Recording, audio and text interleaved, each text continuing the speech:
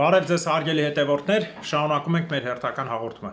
Մինչ որ հաղորդման անցնելը կխնդրեմ ձեզ բաժանորդագրվեք մեր YouTube-յան ալիքին, սեղմեք զանգակ, դրեք լայք, ինչպես նաև կարող եք կիսվել ձեր ընկերների եւ ձեր բարեկամների հետ։ Կարող եք կիսվել նաև բարձր դասանի երեխաների եւ ուսանողների հետ, քանի որ իմ հաղորդումը զարգացնում է վերլուծելու եւ տրամաբանելու ունակությունները։ Հիմա ես կսկսեմ հաղորդում, շատ հետաքրքիր է մեծ մասը լինելու է Հայաստանից, ինչու, որտեղ ես ձեզ կբացահայտեմ այն պահը, ինչ են Հայաստանում թույլ տալիս երկրի ղեկավարները բացի իրար հայոյել, որ հետագայում, հարգելիներս, որ հետագայում իրենք իրենց գործերը փակեն, այսինքն այսպես է, չէ, վերցնում են, հայոյում են իրար, չէ, որ բոլորդ նայեք, վայ, իրար հայոյում են, բայց իրականում նրանք զբաղվում են իրենց միլիարդների լվացումով, գողությունով, ազգին թալանելով, դավաճանելով։ Նախ սկսենք ամենաառաջինը Հայաստանի Հանրապետության իրեն առաջիկին հայտարարած երկրագնդի վերջի կնոջից Աննա Հակոբյանից, որը սկսել է մարդկանց դոգի նման հայհոյել։ Իրան թվում է, որ դոգը տենց պրեստիժ վերցրեց, ինքն է կվերցնի։ Տիկին բառնել չի սազում։ Այ Աննա, դոգը հայոյում է նրա համար բոլորին, որ հայ ազգի հանդեպ հանցագործություն են կատարել, այդ թվում նաև դու։ Դու հայոյում ես ժողովրդին, հայոյում ես ինչի համար, որ քեզ ասում են փնթի, ոշլոտ եւ այլն, ինչ կասեն են ասում, հələ մի բան է քիչ են ասում, հələ քիչ են ան, որ դու հայ ազգին վիրավորում ես, այլանդակ բառեր ես ասում, ես իմ գեղցիներ, ես են փնթիներ, ոչիլներ եւ այլն։ Փաստորեն դու իրավունք ունես, ասում ես ինչպես չեք ամաչում 44 օրյա կռվից 5 տարի անցել է թշնամությունը պայելեք մեր հանդեպ։ Երեխեքից այդքան է հոգ ունես մորթե մարդդ էլ ոտդ կորցրել ես, ձեռդ կորցրել ես, գլուխդ կորցրել ես, փամփուշտը մտե գլխիցդ հելել է, ինվալիդ ես, չէ, բայց քեզ ամենաքիչն է որ այդ ասում են։ Դա կոմպլիմենտ ընդունի, որտեվ զգում եք վերջը։ Հերթով կգնամ հեսա, հարցով։ Ասում են, որ Ռոզա Դավթյան կոչված այդ ուսուցչուհին, որը այլասերված էր, դա այդ Մերձավանի դպրոցի, որ տնօրենին հեռացրել են, ես հիմա պահանջում եմ, ասում են, սա 6-րդ դպրոցն է փոխումա, փաստաթղթերով ցույց են տալիս։ Պաստորեն ինքը լկտի պահեց, տնօրենին հեռացրի, քանի որ ինքը Նիկոլ Փաշինյանի վիճվածքն էր։ Հիմա հարց եմ ձեզ տալիս, հարգելիներս, հարգելի Մերձավանի ժողովուրդ, որ տենց ելել եք, գորգռում եք, ձեր երեխեք առել լկտի, այդ տնօրենի մասին համար ինչի չեք հելը դուրս, հա? Այս Ռոզային բերելու եք տնօրեն, այս փնթուն ես, որ ասում է Թուրքի մեջ լավը կա, Մոսկվա ծնված ադրբեջանցիները լավն են եւ այլն։ Լավն են գնամտի տակները, Մոսկվա քո նման էլի կան Նիկոլին պաշտպանող խալը հնդիկի պես տեմյալ լիրբ կնիկ, որը պատեստներում շինվում էր, վիդեոները ուղարկել էին ինձ։ Հա? Այդ եմ ասում ձեզ, բա գնացեք Մոսկվա, հետները մնացեք լավն են։ Դրան ինչ եք թողում, բա այդ ոնց է, հելել եք մինչև այդ գորգռում եք ծնողներով, բա հելեք մի հատ ասեք հոփ, լես մեր տնօրենը նորմալ է, խի հանեք, մինչև այդ ուզում եք, չէ՞ այդ կինը դուրս կա։ Բա իմի տնօրենը լավ այդ կինը մնաց, ինչի չեք հելնում։ Հա? Սխալ եմ ասում ժողովուրդ։ Մինչև այդ ուզում եք այդ ծնողները դուրս կա, այդ կինը դուրս կա, ուսուցչուհին, մնա տնօրենը, բայց տնօրենը հանեցին, դուք դրա համար չեք կանգնում։ Էս էլ արդար չէ, հասկանում եք։ Տնօրենի հանդեպ դուք ձեզ լավ չեք պահում։ Դուք արդարության կողմնակի չեք, դուք ուղղակի շոու եք ուզում, որ Մերձավանի անունը մի կերպ լինի եւ այլն։ Ես այդպես եմ տեսնում, որ լրագրողների մոտ ձեր փնթի ոշլոտ երեխեքին անմակարդակ խոսալով թողեք։ Եթե տես չի, հելեք ցույց արեք։ Հելեք ասեք, այդ տնօրենը չպետք է հելնի։ Ինքը ձեր թիկունքին կանգնած էր, բա դուք իր թիկունքին ինչի չեք կանգնել։ Սխալ եմ ասում։ Հաջորդը ինչ եմ ուզում ասեմ, հարգելիներս, Հայաստանում այս շոուները, որ ասում եմ շարունակվելու է դեռ ավելի բետար, որովհետև հերթական գործ տանում, բգո լրբազավրը էլի մարդկանց է բռնել տվել, իր թիմից տանում է ցույցերի, ուրեմն ինքը աշխատում է այս ձևով։ Ես ձեզ ասել եմ, Ժորժա, սա KGB-ի հիմունքն է։ Աշխատում են, իբր թե ազգային են, միշտ ճոգում են ովքեր ակտիվ են, տանում բռնել են, տալի բա բգո։ Այդ բռնել տվածներից, որ չես ազատում, Բերթն են, Արտակ Սարգսյանը մինչև հիմի կա բանը ծեռը նստած է, դու ասա այդ թևի վրա կա բանը նստած է ապարատը, հա? Բա ինչի մի հատ ձենդ չի ելնում։ Ժողովուրդ ուշադիր եղեք, Սարգսյան Արտակին տեսեք մի տարյա բռնված է։ Ձեզ պատկերացրեք, բգոն տեսնում ով ազգային է, մաքուր է տանում բռնել է տալիս։ Մինչև հիմա չեք հասկացել, այն 12-ը սարքես կեսին վիրավոր, այն թևը կդրաստաղում մնացածին բռնած, չեք զգում ինչ անում ես, այս լրբազավրը։ Եվ ինչ այլոց հոգևորականներ, ձեզ զգում եք, որ չափից դուրս եք պահում։ Հիշեք, որ երբ որ դուք չափից դուրս եք պահում, կարա դրա հակազդեցություն լինի, այնպես որ միշտ փորձեք ամեն ինչ անելուց առաջ 1000 անգամ ձեզ չափի մեջ պահել։ Չէ՞ որ ամեն ինչ այսօր այնքան հեշտ հասանելի է, որ բոլորդ կարաք դրա տակ գնաք։ Բոլորդ ձեր ամեն խոսքի համար դուք պետք է 1000 անգամ ավելի պատասխանատու լինեք։ Եվ չգնաք այն հիմունքով, ինչ որ կաթոլիկ եկեղեցին անում է թույլ տալով իր տեսակները, ես իմ պետք է ասում եմ մարդը որ մի քիչ վիճակ աղքատ է կամ բան է, ինքը մեղավորությունը շատ կարանի։ Այնպես որ մենք իրանց տեղը կաղոթենք կներեն, ոչինչ թող ԼԳՏԲ-ը լինի, ոչինչ թող հանցագործություններ անի, այս նոր տեսակ է, եկես սատանիզմությունն է դառը կաթոլիզմը։ Կարդաց այդ ուսմունքային բաները ապշեցի, այսինքն այն որ նույն 15-16-րդ դարում ոչինչ չի փոխել, մարդը էր սպանում, գնում էր իրիկունը, աղաջուր էին տալի, իբր Քրիստոսի արցունքա, վերցնում էր, մի քիչ լացում էր, աղոթում էր, մի կում խմում էր, լցում էր գլխին, առավոտ պապի թուղթը կա, հիմա էլ կա այդ սերտիֆիկատը, ես մաքուր եմ։ Խայտարակություն էր, այ մարդ, եկեղեցին գնալով ունեցա դառնում ժողովուրդը մի օր էլ հենց ժողովուրդը եկեղեցին շպրտի դուրս։ Այդ թվում նաև բոլորի հետ եմ ես։ Չափի մեջ եղեք ձեզ։ Ես ձեզ զգուշացրել եմ ու ել եմ ասում։ Բուկետ բերան չբացեք։ Բուկետ բերան չբացեք։ Բոլոր վրա տոննով բաներ կասել։ Հիմա ասենք հաջորդ հարցին, անցնենք մեկ այլ հարցի, որը բավական աչքի ընկնող է եւ թերթերը տպում են, ինչպես նաեւ որ ինչ կեղտոտ գործերի մեջ են Նիկոլի արդեն եղբոր տղաները, Նիկոլի Թալանը բացի եղբոր տղաները, Հայաստանի Հանրապետության Իջևանում ապրող, ողբալի վիճակում, ապրողներ մի հատ փուճուր տան վրա, Նիկոլ Փաշինյանի եղբոր տղա Սիփան Փաշինյանը, որը Հայաստանում գտնվում էր որպես падգամավոր, դարել է հսկայական միլիարդատեր եւ Ուկրաինայի Չերկասի քաղաքում հիմնել է Չերկասի ֆուդը, Չերկասիում Հայաստանի հյուպատոս, ոնց որ Նարեկ Ղազարյանի Չերվուդ ընկերության անունը դրել են որ Չերկասի ֆուդ եւ նրա ղեկավարի տղայի Նարեկ Ղազարյանի հետ 50% սրանա, 50% նրանա։ Պլյուս դրան Հայաստանում ունեն հիմնած ֆիրմա, որը կոչվում է, տեսեք մարդիկ գրանցել են ընդամենը 5 միլիոնի օգուտ, այնտեղ միլիարդների շինարարություն են անում, Ժորժ ջան, դուք հասկանում եք, չէ՞, միլիարդների շինարարություն, ինչքան է մի հատ 23 հարգանի շենքը։ Մի քանի շենքեր են կառուցել։ Ինչ արժի մեկ 23 հարգանի շենքը, կապ չունի Ուկրաինայի հետ, թե չէ։ Ինչ արժի է շենքը։ Հասցեները, շահագործման հասցեները, գրանցման թուղթ են տվել Չերկասիում, բայց իրանք այդ քաղաքի հետ հասցեով չեն մնում, Կասացկայա 9-1։ Նրանք իրականում մնում են ուրիշ հասցեում եւ այդ ամբողջ գործողությունները Գրիշևսկու 110-ով որ շահագործման հանձնել, ոբշեմ, այս գործերը տեղացիների հետ սև գործ անելով Եվ մի քանի հատ շենք են սարքում, հեսա Տոբիչևի նրբանցք 4 հսկայական շենքեր, բոլոր նկարները կա, կարամ ցույց տամ,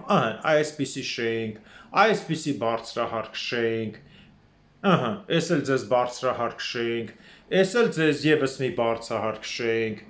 Այ մարդ sense բան ոնց կլինի, հյուպատոս են նշանակել, փաստորեն հյուպատոս նշանակում է ինչ, հյուպատոս նշանակում է որ Հայաստանի փողերը լվացող, հյուպատոսը պետք է անձնագրային գործով զբաղվի, ով է թույլ տվել հյուպատոսին գնա շինարարության գործ իր տղեն ու Սիփանը փողեր լվալով, բացի դրանից Հայաստանի Հանրապետությունում 50% բաժնետոմս ունեն, Սաշիկն է ստառը, բոլորի հետ 50% է Սիփան, 50% բաժնետոմս ունի X-SIP այդ Երևի X չգիտեմ ով է, Սիփան ինքն է այդ ՍՊ-ում, որի տեսակն է սննդի կազմակերպումը։ Բացի նրանից նրա կինը Էլեն Միքայելյանը 50% փայ ունի էլ Travel ակումբում, էլի փայ ունի աշխատել է Յունիբանկի համակարգչային ադմինիստրատիվ կոմունիկացիաների վարչության պետ, թե ինչ է նշանակում, տես post, ինչքան post-ը հիշեք, երկար է գրվում ժողով, այդքան տակի ապրանքը ավելի թափոն է, բայց թե փողեր են ստացել, հա Բայց իրանք ընդամենը Հայաստանում հայտարարագրել են, որ ունեն 2 միլիոն դրամ, Ժորժ ջան, 2 միլիոն դրամը $4000 է։ Այսքան փողի մեջ ո՞նց են կարացել իրանք շենքեր սարքեն։ Հա? Ո՞նց են կարացել իրանք շենքեր սարքեն, նույնիսկ գրածա, որ ՎՏԲ բանկում էլ ունեն ավանդ։ Ընդամենը 8 միլիոնի, Ժորժ ջան, ես մեկ հարց եմ տալիս ձեզ, ո՞նց է լինում, որ հետո ասում եք Բաքոչը, Բասերժը, բոլորն են նույն թալան չին են։ Ո՞նց է կատարվում սենց, որ ամեն մեկը իր հերթին թալանում է։ միլիոնների թալան են անում, տանում են, հիմա լցում են Ուկրաինա եւ այլն, այ դրա համար էլ Բուչա գնացել, Նորքի թաղապետ գնացել էր անունը դրել էր Բուչաչա, դու է գնացել էր Չերկասիում, տենայր աղբերդ ոնց է շենքեր սարքու, հա։ Նույն թալանը կատարվում է Արամ Սարգսյանի թիմը, ամենտեղ մարդ ա դրել Երևանի մեջ 200 միլիոն, 400 միլիոն, 500 միլիոն, 600 միլիոն դրամների բանը շինություններ չկա, գոյություն չունի, մանկապարտեզա ճանապարհա գործան այսա։ Հենա գրում են թալանչիների համար մեկ գիծ էս եկե, Արամ, քույրիկ, բա հետո վերջը ոնց ես անելու։ Սրա տակից ոնց եք դուրս գալու բոլորը, դա։ Հերիքշի դուք եք թալանում, ձեր աղբոր երեխեքին էլ արդեն տարել եք ընդ հյուպատոս եք նշանակել, հարց եմ տալի Չերկասիում Հայաստանի հյուպատոսի ինչ անում։ Որևէ մեկը Չերկասից լտղեք չան զանգիկ ասեք Հայաստանը Չերկասի հյուպատոսի ինչ անում։ Չերկասիում ինչքան հայ կա, կարաս ասես, հյուպատոս, լավ, դու տեղյակ ես Բուկովինայի հայերի մասին, ինչ ես անում, դու Բուկովինայի հայկական եկեղեցի եղել ես, ինչ ես անում, մի հատ էջը բացեք, տեսեք, հյուպատոսը ինչով է զբաղված։ Հյուպատոսը ընդհանրապես ինքը ինչ անում, ինքը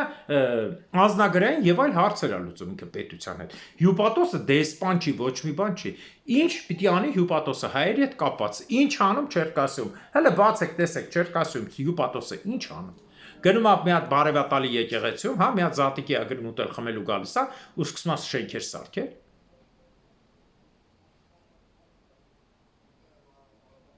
Չերկասին կենտրոնականն է, Չեռովեցի հետ բան արեցի։ Չերկասիում գետի ափին ինչ անում Դնեպրի ափին։ Այդ ոնց ալում որ սնանչ շինարարությունները Պուտինը չի խփում, հա։ Ուրեմն ասեմ մի հատ գաղտնիք Պուտինով, քանի որ Նիկոլ Փաշինյանը, ինչպես ասեց Քոչարյանը համարում է Սերժ Սարգսյանի մարդը, դա նշանակում է ռուսական շպիոնաժի մարդ, ինչպես որ ինքն է, ինչի Նիկոլ Փաշինյանը Ալիևի պոչից ֆռում էր, որովհետեւ մեկը տես մասի մտածել եք, տեսեք, նույնիսկ Քոչանի ու Սերժի լրատվականները միտումնավոր սարքում են այնց, որ իբր Նիկոլը ինքան վախեցած չմոյա, որ ֆռում է Ալիևի հետևից, հասկանում եք, չէ, պաշտպանում են ռուսական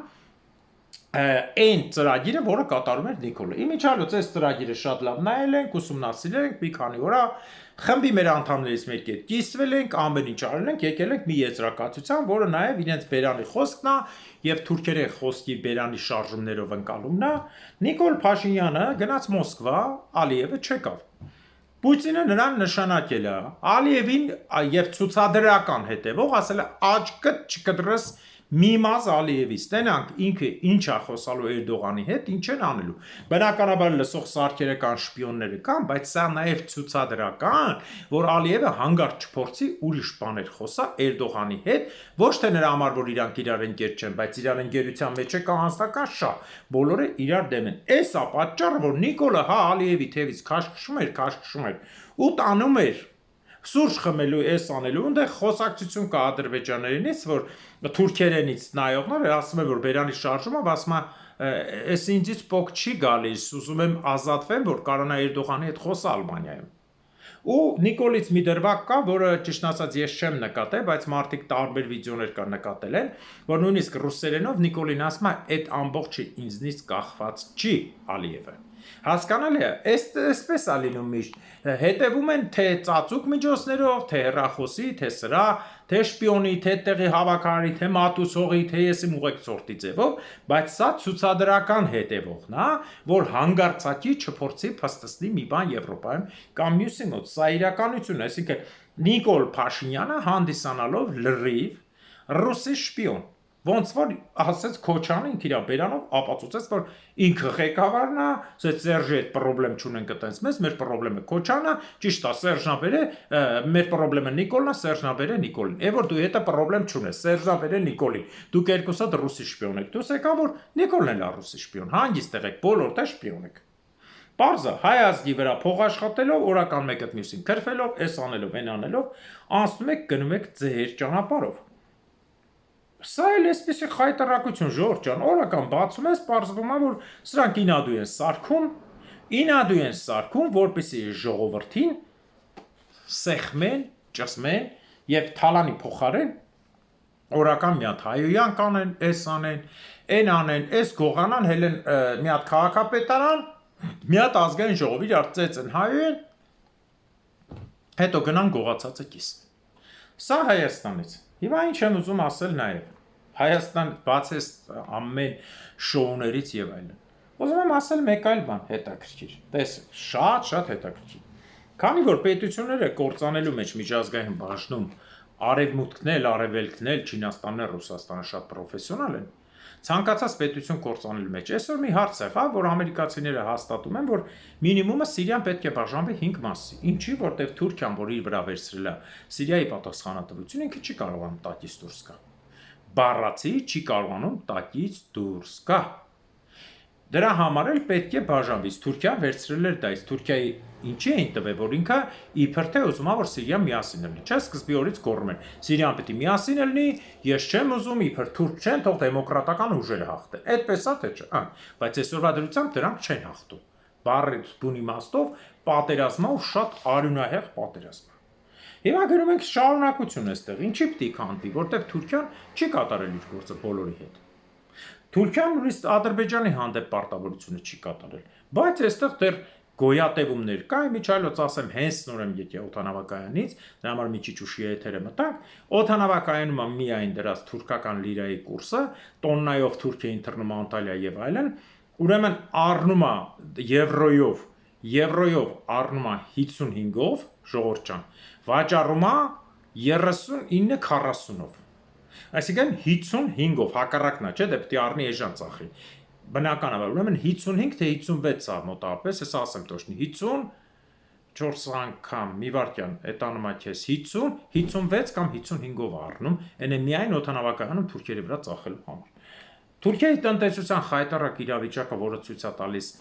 ահռելի մինուսներ եւ չաշխատող միջոցներ, չհաշված զենքերի, չհաշված նավատորմի, туриզմի եւ այլն, այս ամբողջ գործողությունները բերում են նրան, որ Թուրքիան դառնալու է մեկուսացված, ինչպես արել են շատ երկրների հետ։ Ես հիմա օրինակներ կբերեմ, դուք ընդհանուր կնայեք։ Միայն մի բան ասեմ ու անցնեմ Թուրքիային եւ օրինակով զուգահեռով մյուս երկրների։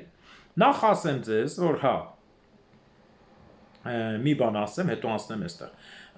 Մեծ Բրիտանիան խզել է ազատ առևտրի իրավունքը Իսրայելի հետ։ Ինչի՞։ Սա իրականությանը թե շոու։ Հիմնականում ասեմ ձեզ, որ իրականության համապատասխանող է, քանի որ Իսրայելը փորձում է ուրիշ ճանապարհ գնա։ Իսրայելը արդեն բացարձակապես հայտարարում է, որ մենք մասնակցություն ենք ունեցել Արցախյան կռվի, մեր գեներալները կռվի ժամանակ այնտեղ են եղել, որևէ մեկը հասկանում է, սա Հայաստանին ցավացնելու համար է, թե չէ։ Ոչ, որպեսզի Ադրբեջանի տարածքում ինքնահաստատվեն ու իրենց երկիրը ստեղծեն, առնցել են այնտեղ երկիրը ստեղծվելու համար։ Դառնում են տեղի ժողովրդի, այսպես ճակերտավոր հերոս, մենք չլինենք Արցախը չլինի, որը կռվի շարունակություն է, այսպես է միշտ լինում։ Ես գովում են։ Ոնց էին ռուսները գովում, մենք չլինենք հայ ժողովուրդը չի լինի, բայց արդյունքում հանձնեցին Հայաստանը ու հայերին 300 տարի հավատացնում են, որ ռուսը չլինի, հայը չի լինի։ Ու եղավ հակառակը։ Հիմա նույնը սա է։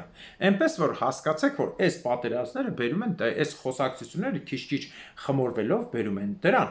Սա այս հարցի մի մասը։ Հաջորդը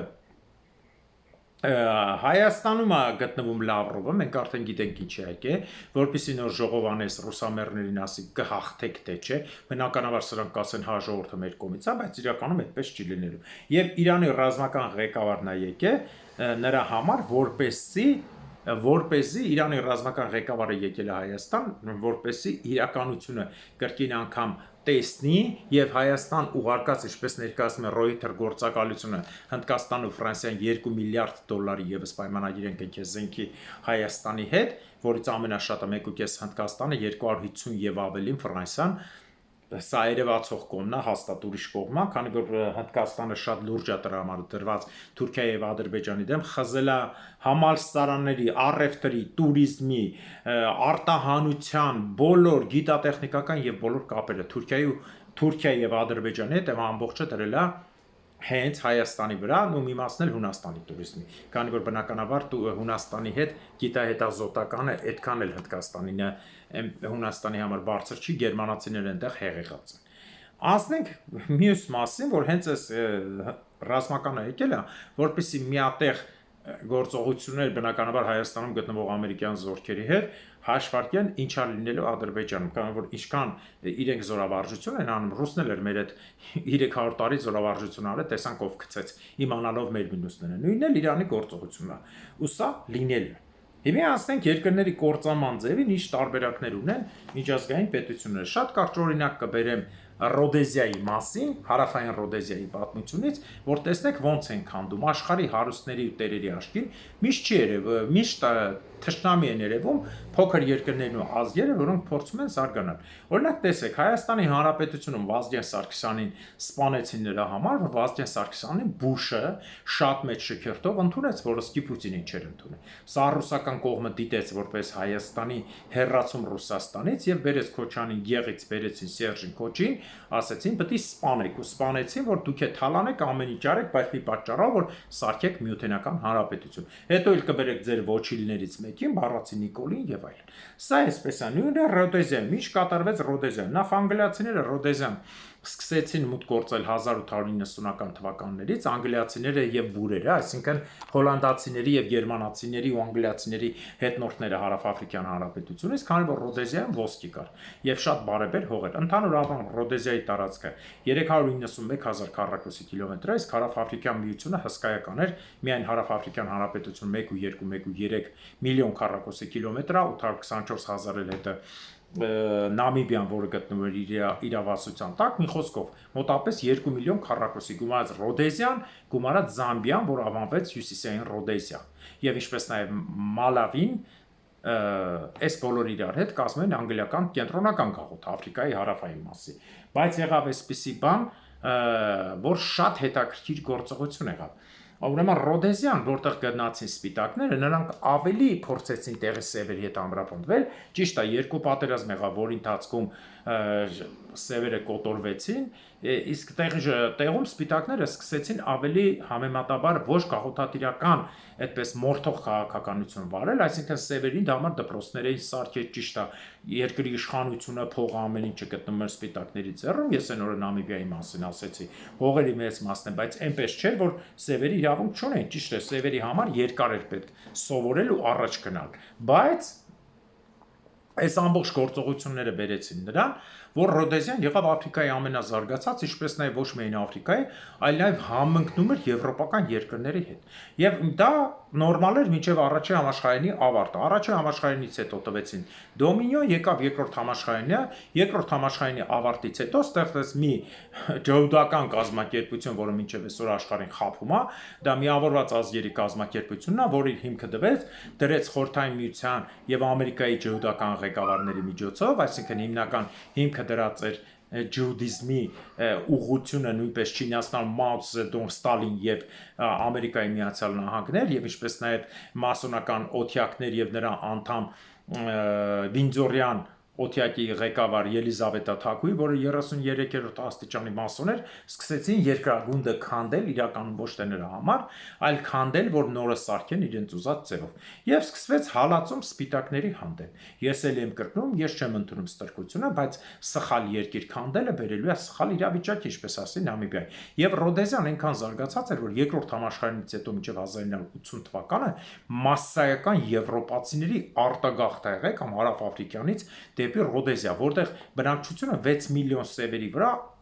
հիմնականում իշխող խավը 270,000 էր իր բանակով ամեն ինչով եւ փորձեցին, երբ որ նորմալ օրենքներ մտցրեցին դպրոց սարքել եւ այլն, այս զարգացած երկրում փորձեցին Անգլիան, որը շուտ էր ուզում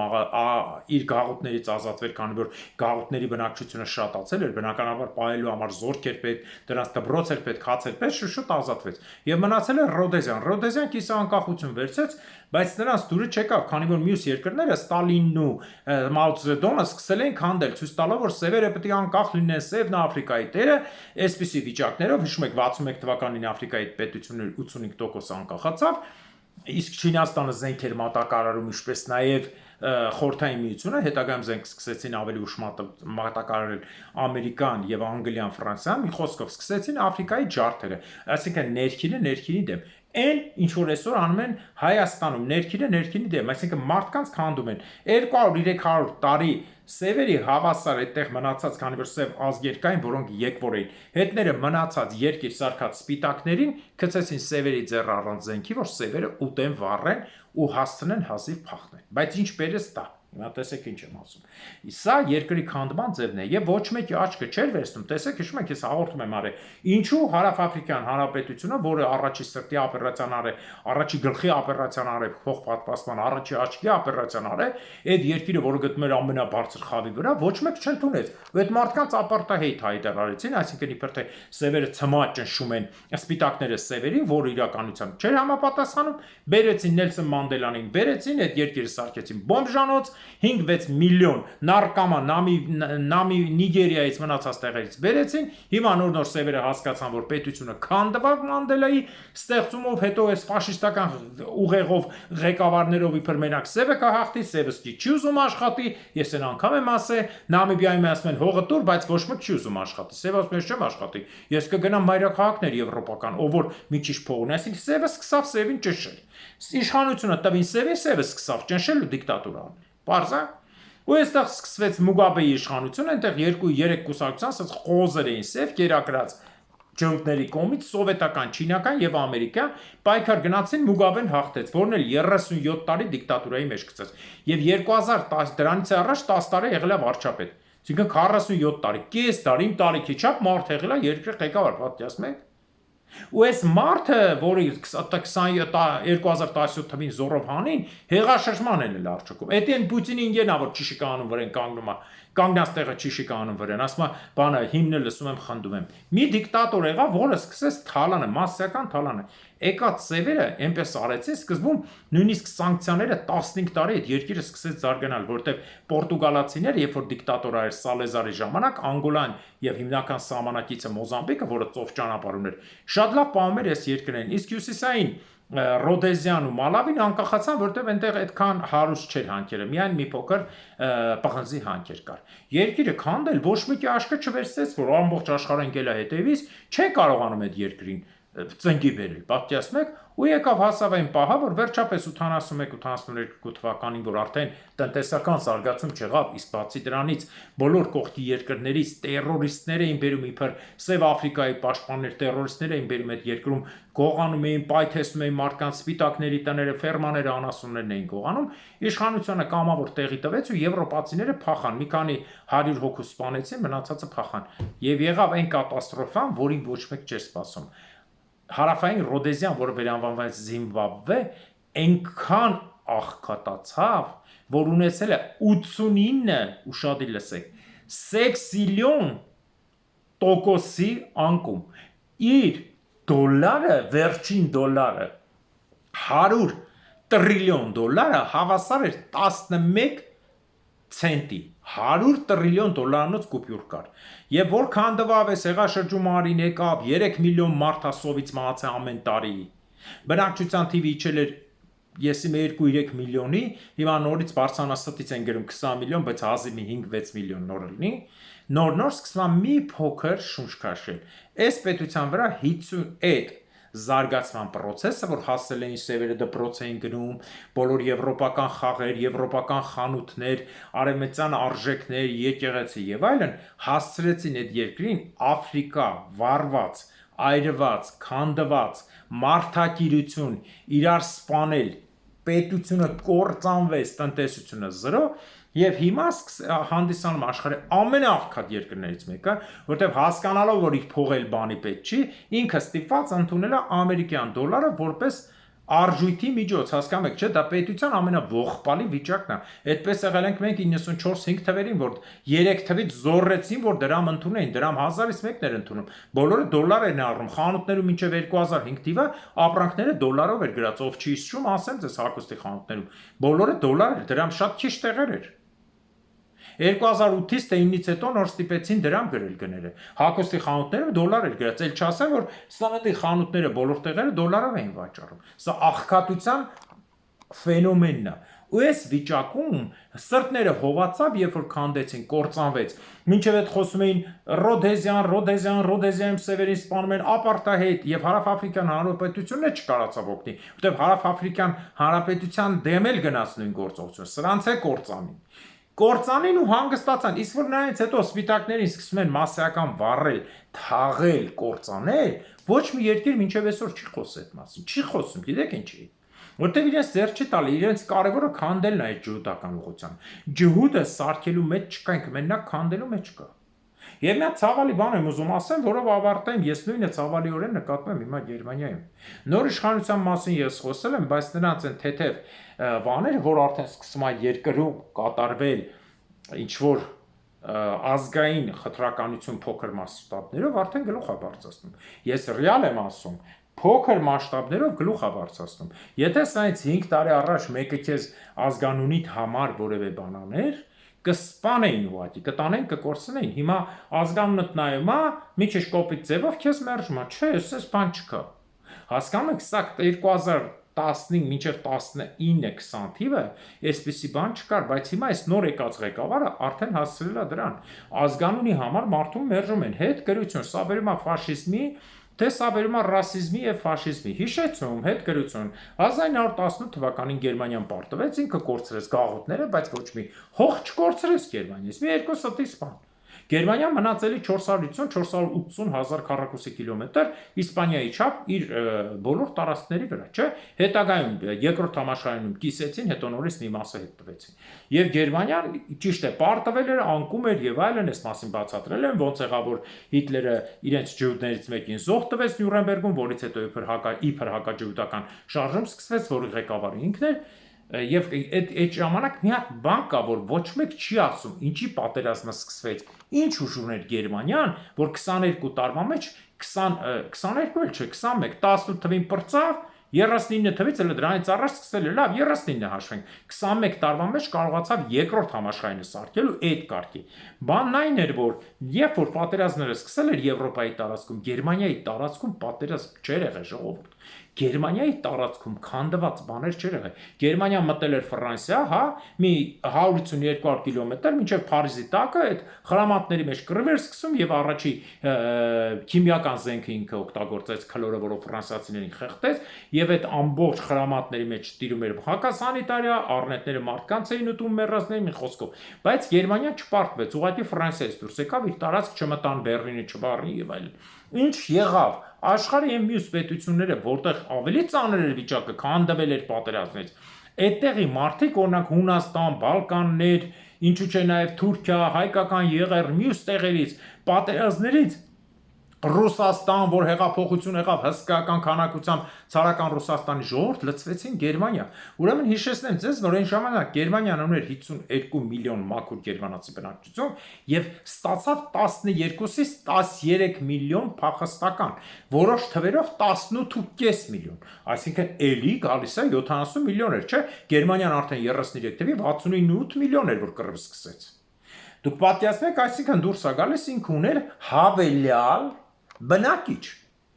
Ինչի՞ եմ ես ուր եմ ուղարկում հարցը, որ շատերդ հասկանաք իմ խոսքի իմաստը։ Եթե մարդ ունի 18.5 միլիոն հավելյալ բնակիչ, կեսը հաշվենք տղամարդ, այդ տղամարդկանց էլ 30%-ը հաշվենք չծառայող, հասկանում եք։ Կեսը հաշվենք տղամարդ, տալու է 9 միլիոն։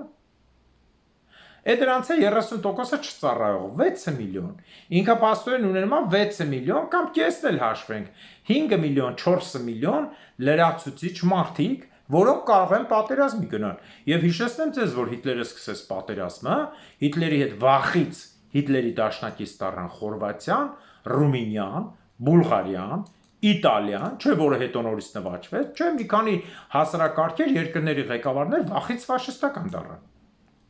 Այնպես որ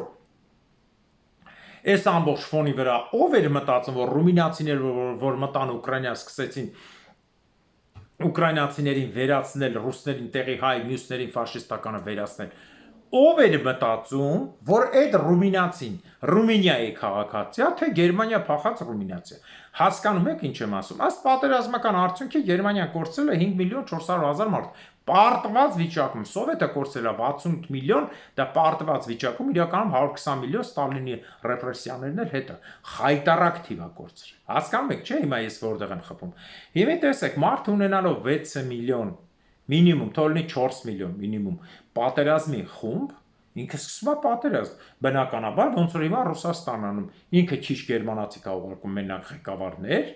բարձր պոստեր, զինվորների մեջ մեկու մեջ, մնացածը ուղարկում է գերմանախոս արդեն տեղի ժողովուրդներ։ Այսօրվա դրությամբ Գերմանիան ունի 25 միլիոն փախստական։ Տեսեք, որտեղից ուր հասա զուգահեռը։ 25 միլիոն փախստական։ 25 միլիոն փախստականից թող լինի 12 միլիոն, 13 միլիոնը տղամարդ։ 13 միլիոն, 13 միլիոնից կեսը հանում ենք, զարմանալիորեն, կներեք, մի հատ ուղեմ, ոտս կպավ։ Զարմանալիորեն էլի 6 միլիոնը գալիս լինում է զինվորական տարիքի մարդ։ Գերմանիան հայտարարեց, որ պետք եղավ կհավաքի 900,000 մարդ, բնականը առաջին էտապով։ Գերմանական ոստիկանության 20%-ը թուրք է, բանակի 3-ից 5%-ը թուրք է։ Ես էլ մնացածին չեմ ասում, ինչեր կգնա իրենց մեջ, եթե պատերազմ լինի, այնտեղ Թուրքի հետ հայ լինի, հույն լինի եւ այլն, սա պատերազմի հետևից խփելու մենք ցավոք սրտի Հայաստանում էլ ենք նման փորձեր ունեցել։ Հենց մեր Զորամասում Մեղրու մի հատ չեխ անունով տղակար այնքան էր դիրքում այդ տղուն ծեծե, չեխը վիրավորվել էր, եկավ Կանազի հոսպիտալ, Կանազի հոսպիտալում տղեկից մեկում որ ծեծել էր, կանացի ասել էր եկել եմ քեզ տենալու, չէր իմացել, այ եկել էր հենց մի անգամ դանակը մտցրել էր փորը։ Տեղում մեռել էր։ Ասածը սա մի փաստ ասի, այդպես հազարավոր փաստեր կա բանակում։ Աֆիցերը նեղել է խփել, լավ նայողը խփել, վատը խփել, նեղել խփել, այսպես շատ բան եղել միշտ է։ Սովետի ժամանակի, այսինքն իրենք հաշվում են այդ 4 միլիոնից էլ ոնց էլ լինի մի 200-300,000 իրան կխփեն, 3 միլիոն 800,000։ Դրա համար Գերմանիայի նորանշանակ ղեկավարը, որը ցույց է տալիս ինքը դեմոկրատ է, բայց ոնց էս հասկանում եմ իր գալուց հետո երկրում ահավոր բաներ է փոխվում արագ-արագ, սենց աշկիտ է խփում է ուղղակի աշկիտ։ Ու էսի տանելու է նրան, ինչ որ եղավ Ուկրաինայում, երբ որ ապրում էի 12 թվին, ես 12 թվին Ուկրաինայում 13 թվին ասացի, որ ձեր մոտ խայտարակ պատերազմ է լինելու։ Ու դուրս գալուց հետո Ուկրաինայի կռիվը սկսավ։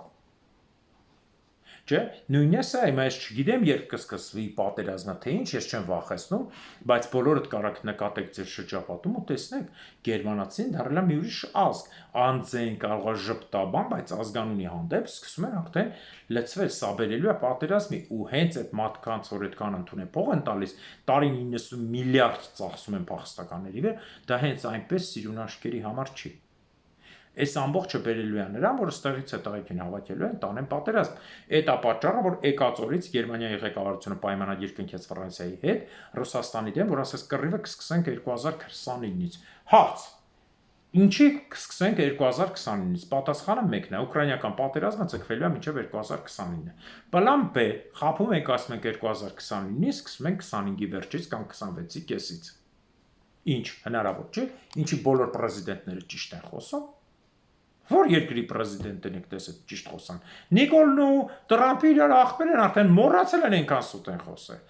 Այնքան սուտ է խոսել Նիկոլն ու Տրամփը, մոռանում են ինչ է, բայց այդքան սուտ են խոսում, ճիշտ է ասում։ Ես խիտենց բան եմ արել։ Ես չեմ արել այդպես բան, չի հիշում։ Հասկանալ է ինչ ասածս ինչ է ցուցանում, որ երբ որ միտեղ շատանում է մարդկությունը, ոնց որ Հնդկաստանն է, Պակիստանն է եւ մնացած տեղերն են, այդտեղ սարքում են կյանքն էլ ավանում է պատերազմ։ Հիմա նույն բանը ես կարող եմ ասել այսօր Հնդկաստան, Պակիստանի մեկ այլ արևմտյան վերլուծությունից, որը բավական հետաքրքիր է։ Երբ որ տեսեք, սրանք հələ ռուսին չեն կպնում, քանի որ պլուտոնիումով կարող էր ստանալ ատոմային զենք, ինչպես ներկայացնում է Բենազիր Բհուտոյի հայրը, Բհուտոն, որը երկրորդ հնդկական երկու պատերազմում առաջինում պարտվեց, երկրորդում խայտարակ պարտվեց, որ Բանգլադեշը անկախացավ, ասաց մենք խոտեք ուտենք, բայց պետք է ատոմային զենք ունենանք։ Եվ բոլորի ասելով ատոմային զենքը տվել է հələ դեռ ասում են Չինաստանը, ինչու են ասում Չինաստանը, քանի որ Ռուսաստանը թույլատրել է, մինչև այդ Ռուսաստանը իսկ ռուսները ինչ էին ասում, հիշում եք, անգլիացիներն են տվել։ Հիշեցնեմ ձեզ, որ արևմտյան ատոմային զենք աշխատում է պլուտոնիումով, իսկ խորհրդային զենքերը եւ նրա շարունակողները աշխատում են ուրանով։ Դրա համար էլ ով ուրան է արտադրում խորհրդայիններով ատոմային հասկանում է, որ դա սովետի տվածն է։